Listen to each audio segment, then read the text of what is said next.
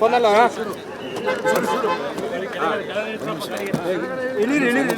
ಇಳಿತಾರೆ ಬಿಡಿ, tension ಮಾಡ್ಕೊಂಡ್ಬಿಡಿ, ಆರಾಮಾಗಿರಿ.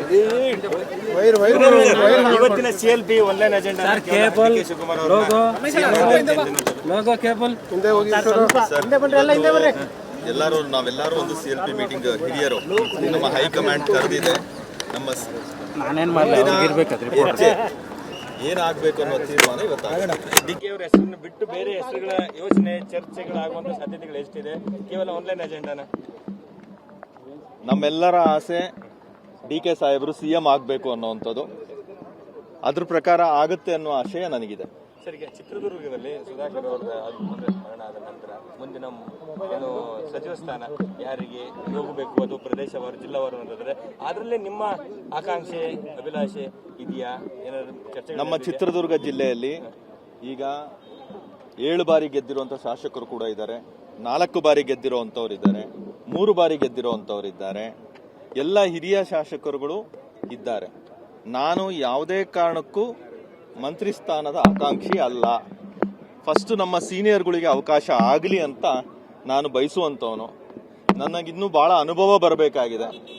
So ಆ 3 ಜನ ಸೀನಿಯರ್ಗಳಲ್ಲಿ ಯಾರಿಗಾದ್ರೂ ಆದ್ರೂ ಕೂಡ ಅವರೊಟ್ಟಿಗೆ ಚಿತ್ರದುರ್ಗದ ಅಭಿವೃದ್ಧಿಗೆ ಭದ್ರಾ ನೀರನ್ನು ತರೋದಕ್ಕೆ ನಾವು ಶ್ರಮಿಸ್ತೀವಿ ಅಂತೇಳಿ ಈ ಮೂಲಕ ಹೇಳ್ತೀವಿ. Thank you. ಫೋನಲ್ಲ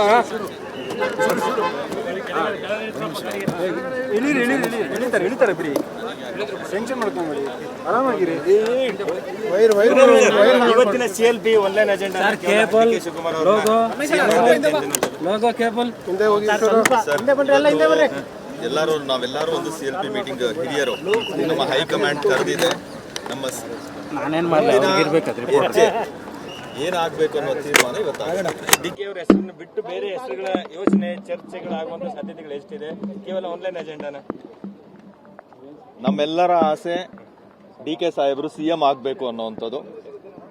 ಅದ್ರ ಪ್ರಕಾರ ಆಗುತ್ತೆ ಅನ್ನೋ ಆಶಯ ನನಗಿದೆ.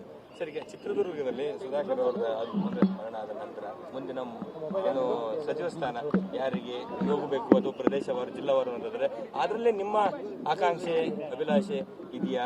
ಏನಾದ್ರು ಚರ್ಚೆ? ನಮ್ಮ ಚಿತ್ರದುರ್ಗ ಜಿಲ್ಲೆಯಲ್ಲಿ ಈಗ 7 ಬಾರಿ ಗೆದ್ದಿರುವಂತ ಶಾಸಕರು ಕೂಡ ಇದ್ದಾರೆ, 4 ಬಾರಿ ಗೆದ್ದಿರುವಂತವ್ರು ಇದ್ದಾರೆ, 3 ಬಾರಿ ಗೆದ್ದಿರುವಂತವ್ರು ಇದ್ದಾರೆ. ಎಲ್ಲ ಹಿರಿಯ ಶಾಸಕರುಗಳು ಇದ್ದಾರೆ. ನಾನು ಯಾವುದೇ ಕಾರಣಕ್ಕೂ ಮಂತ್ರಿ ಸ್ಥಾನದ ಆಕಾಂಕ್ಷಿ ಅಲ್ಲ. ಫಸ್ಟ್ ನಮ್ಮ ಸೀನಿಯರ್ಗಳಿಗೆ ಅವಕಾಶ ಆಗಲಿ ಅಂತ ನಾನು ಬಯಸುವಂತವನು. ನನಗಿನ್ನೂ ಬಹಳ ಅನುಭವ ಬರಬೇಕಾಗಿದೆ.